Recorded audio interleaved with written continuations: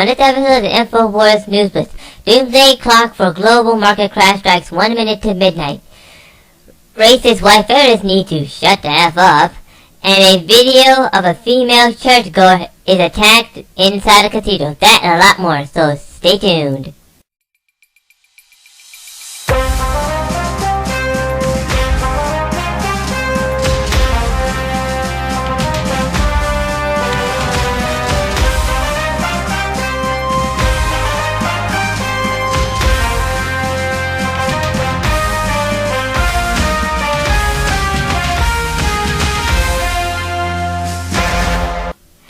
For the week of August the 24th, 2015, this is the first article of the day here. It's an article written by John Financi, or something like that. Or some weird name he has. The title is called Doomsday Clock for Global Market Crash Strike 1 minute to midnight as number bad lose control. China currently devalued to signal endgame, leaving equity markets free to collapse under the weight of impossible expectations. And, well, the article says here, I'll get on to it. When the banking crisis crippled global markets 7 years ago, central banks stepped in as lenders at the last resort, profit-acknowledging private sector loans were moved to public sector balance sheets, and vast money printing gave the global economy room to heal. That time is rapidly running out for China. From China to Brazil, the central banks have lost control, and at the same time, the global economy is grinding to a halt. It is only a matter of time before the markets collapse under the weight of its own awfully expectations and record volatilities. The STFS 100 has now eased its gains for the years, but these gains should get a lot worse. And it says China's slowdown, talked about what's that there, the commodity collapse here. You can see all the graphs here and there. And recovery, resource sector, credit crisis. I mean, it's all about to hit the fan, folks. And hit the fan it will. For this has something to do with what I was covering in the last article back in my other video, called the Shemitah. And now, basically, I don't know what it is, but I've read my Bible. It's basically in Luke 25, so go look it up there. It seems now the first back in 2008, that was a Shemitah year as well, and so is this time. It's always this year as well. The economic collapse is gonna happen, and everyone's gonna be caught off guard. This is the main reason why every last billionaire and politician and, well, God knows who else is basically running towards the hills, because they know it's coming. Not God knows everybody else, but basically billionaires, military contractors, and even celebrities are now leaving the country because of the Shemitah, and they all know that it's gonna hit the United States hard, and as it's about to hit the fan soon. But enough about that.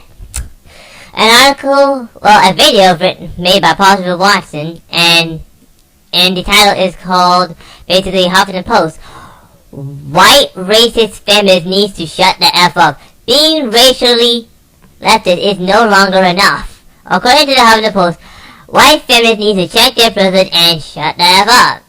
And here's the video, because I'm gonna shut the F up now. Radical feminists hate free speech so much that they're now even trying to censor each other. According to the Huffington Post, white feminists need to check their privilege and shut the fuck up. But what is a white feminist? Basically, white feminism is feminism that ignores intersectionality. So not all feminists who are white feminists. But most white feminists are white. Intersectionality is the oppression Olympics. Instead of thinking that all women, no matter their skin colour, should be treated the same, what you and I would call equality, feminists think that some are more equal than others, and that white people's opinions should be devalued because of their skin colour. You might have also heard of that as something called racism. White people just don't have to think about things like race on a daily basis. Right, because it's not as if there's a nationwide race-baiting political movement interrupting major political events every day, giant networks making TV specials about white privilege, and hundreds of thousands of social justice warriors bleating about it every single day, is it? White feminism aims to close the wage gap between men and women. But what it fails to recognize is that most of the time, Latina and black women make even less than white women. Okay, it seems like you didn't get the memo that the gender pay gap myth has been completely debunked. Whether comparing men to women or white women to minority women, they're not accounting for hours worked and differences in occupations. When you account for these factors, the wage gap almost disappears. And they're using celebrity females to make the claim that minority women make less money than white women. So remind me again, who's the richest woman in the entire entertainment industry? Oh yeah, and this whole thing... Okay, I think we get the picture here. I mean, these guys are now just turning on themselves. And it's kind of like a godsend. It just shows how God works. I mean, these guys want to get rid of speech so badly that basically you will basically turn your enemies against each other and have them tear themselves apart. Which is actually kind of good in my book, but who knows? This could be the destruction or beginning of the end for the fake feminism, but anyway, this is the last article of the day here, folks, and it's an article written by Adnan Salazar and Mikhail Thielen. The title is called Video. Female Churchgoer attacked inside Cathedral in latest knockout game incident. Seriously? Why just call it a hate crime? Anyway, police are searching for two black males after a 72-year-old female churchgoer in Nebraska was robbed and then punched in the face during a Sunday service. During God's day? I mean, shocking surveillance video shows two black teens entering the St. Cecilia's Cathedral in Omaha before approaching the unsuspecting parishioner. And folks, I did not read this article as of yet, so this is the first time going anyway. The first male appears to snatch the woman's purse before the second one strikes her with a single punch to the temple, knocking the woman over and gashing her head on a nearby table. Both males can be seen fleeing the scene as the woman lay helplessly and stunned. According to the church pastor, the attack has sent shockwaves throughout the tight-knit community. The article goes on to say that police are seeking the public's help in identifying the suspects, who they are described to be two black males, both apparently 16 years old. Identifiable markings include a t-shirt and hair of the assailant and a hood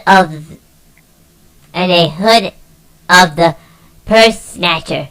Height estimated at 5'10", Pastor Effer James Nelson described. I mean, forget this! This is a hate crime! And this knockout game is happening all over the place. It's not just happening in New York, where I heard that this Jewish guy got knocked out, but they arrested him. But it's happening everywhere. Texas probably being one of them. I'm just stunned at the moment here. We have an economic collapse about to happen. And this is all gonna get a lot worse. And when I mean worse, I mean basically burnt cities might be caught on fire. And the same thing I saw on the news is when there was a riot in Baltimore, where I live about a couple miles, well, not a couple miles, a couple miles away from where I am. I mean, that happened there. It's gonna happen here. But I hope you guys are caught and tried, because this is a hate crime they have committed, and they did it in God's church as well. That's all the articles I have for you today. If you'd like to read more about the article, please go to the links below, or go to Infowars.com and PoliticalPlanet.com. There you can find hundreds of articles just like this one I have read for you today. This is the Infowars News Fix. I'm Info Gundam, live on Female Radio number 3. Please like, subscribe, and donate. Bye-bye.